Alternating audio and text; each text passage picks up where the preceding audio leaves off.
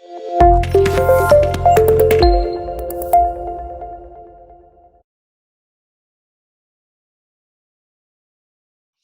अभी हमने करा meaning of debenture, difference between shares and debentures.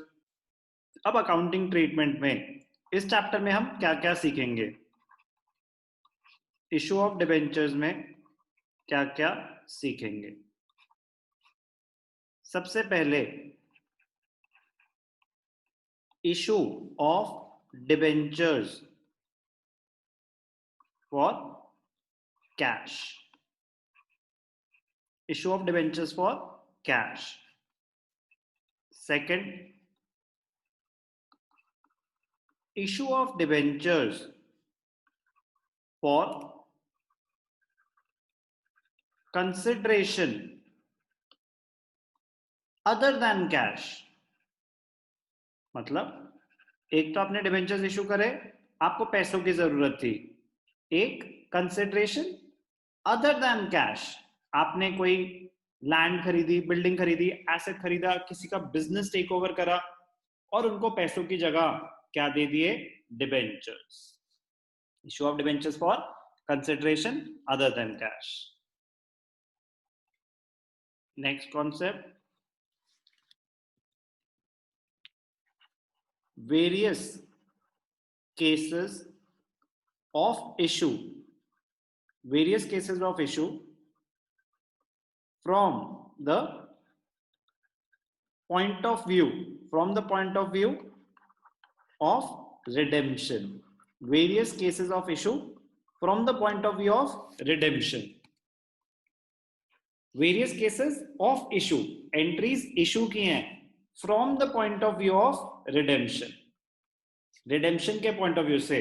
तो concept of prudence कहता है provide for all the possible losses, do not anticipate gains। तो redemption के टाइम आपको क्या क्या आपकी liabilities arise होंगी, उसके हिसाब से आप issue के entries पास करते हैं।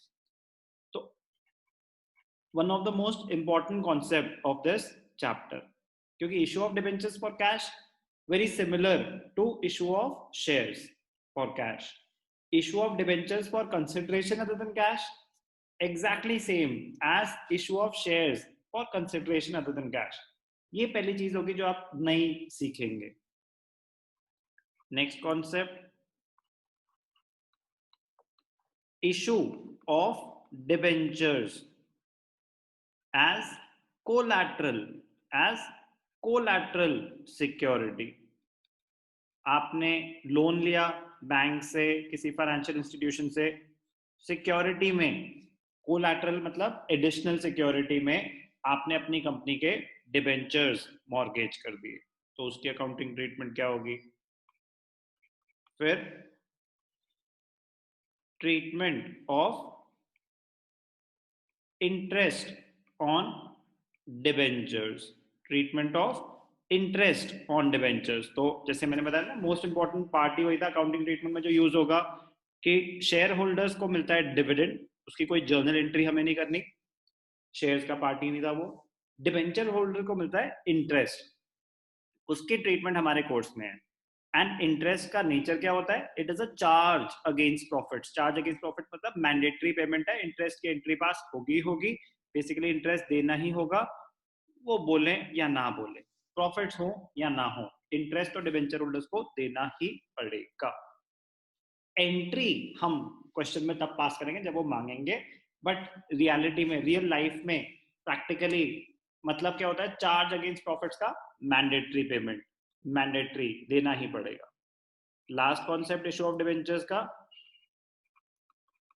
राइटिंग ऑफ डिस्काउंट और loss on issue of debentures, writing off discount और loss on issue of debentures.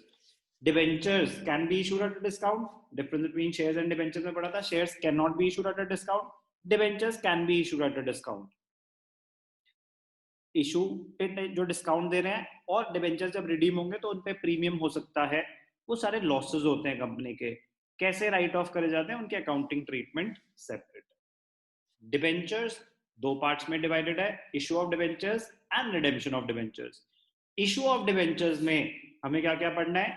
Issue of debentures for cash, issue of debentures for consideration other than cash, various cases of issue from the point of view redemption, most important part यही होने वाला है. Issue of debentures as collateral security, important but very easy. Treatment of interest on debentures, important but very easy. Writing off discount और loss on issue of debentures, important but very very easy. छोटे छोटे छोटे छोटे ये सारे concepts issue of debentures में हैं.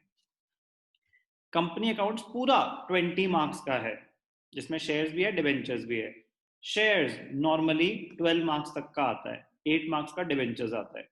Redemption course से डिलीट हो चुका है इस साल के लिए, बस कोविड की वजह से. इशू ऑफ डिबेंचर्स की इंपॉर्टेंस बढ़ गई ऑटोमेटिकली. पहले इशू एंड रिडेम्पशन मिला के 8 मार्क्स का आता था, अब रिडेम्पशन हट गया, बचा इशू, तो इशू ऑफ डिबेंचर्स की इंपॉर्टेंस काफी बढ़ गई. रिडेम्पशन में अकाउंटिंग ट्रीटमेंट पूरी हट गई है, थ्योरी बची है, करेंगे वो. ये है contents of issue of debentures.